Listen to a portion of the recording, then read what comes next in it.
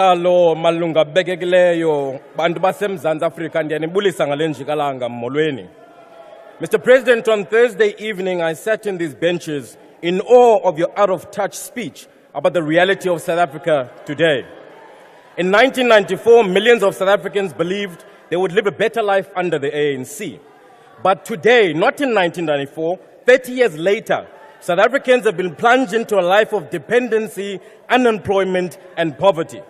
Since 2018, we have promised interventions in basic education, yet 8 sonas later, nothing has changed. Mr. President, Minister Motshekga has led you to believe that all is well in the education sector, relying on information she gets from air-conditioned boardrooms. You went as far as calling it a silent revolution. Getting quality education in democratic South Africa should not require a revolution, sir. It should be the norm. Generations of parents have lost all hope of their children having economically prosperous futures. Mr. President, your new dawn has become our daily nightmare. Now, I would like to dispel some of your illusions about the children of our democracy today. While conducting oversight in the Eastern Cape, I met a young girl called Thando, who is forced to walk long kilometers through dangerous bushes at risk of being raped, and she crosses a dangerous river to get to school despite qualifying for scholar transport. I walked those long kilometers with her and many other learners. Her bravery and desire for education makes her do this every single day because she knows her family is part of the 30 million poor South Africans that are jobless, suffering under the rising cost of living. She knows she needs quality education to change the circumstances of her birth. But Thando's school is a dilapidated mud and asbestos building that poses a danger to her health, an unconducive learning environment with a strong stench of deadly pit toilets wafting through the broken windows of her classroom. She shares her desk with 3 other girls and the classroom that is overcrowded with 60 other learners.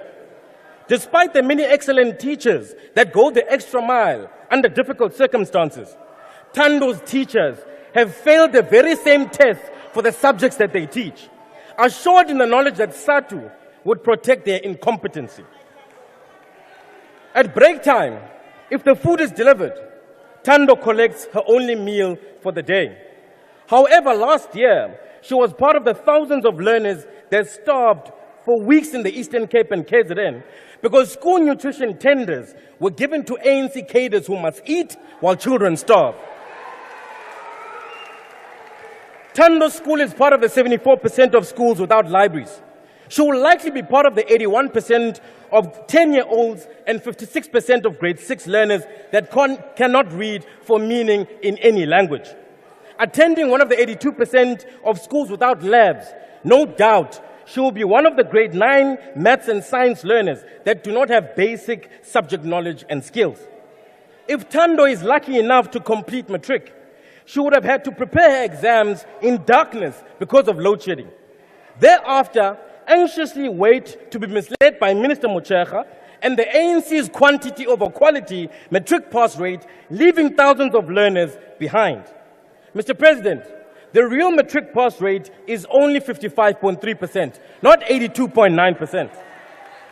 Your government has in fact left behind more than 345,000 learners that dropped out or were discouraged between grade 10 in 2021 and matric in 2024.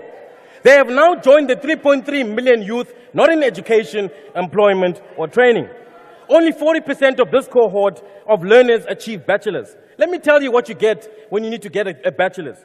You need 4 subjects at 50%, 1 subject at 40%, 2 subjects at 30%, and attain a bachelor's pass. What is worse, you can even fail 1 subject and still get a bachelor's pass. Therefore, a high quantity pass rate with the pass mark this low means little if quantity, depth, and skill are left out of the equation.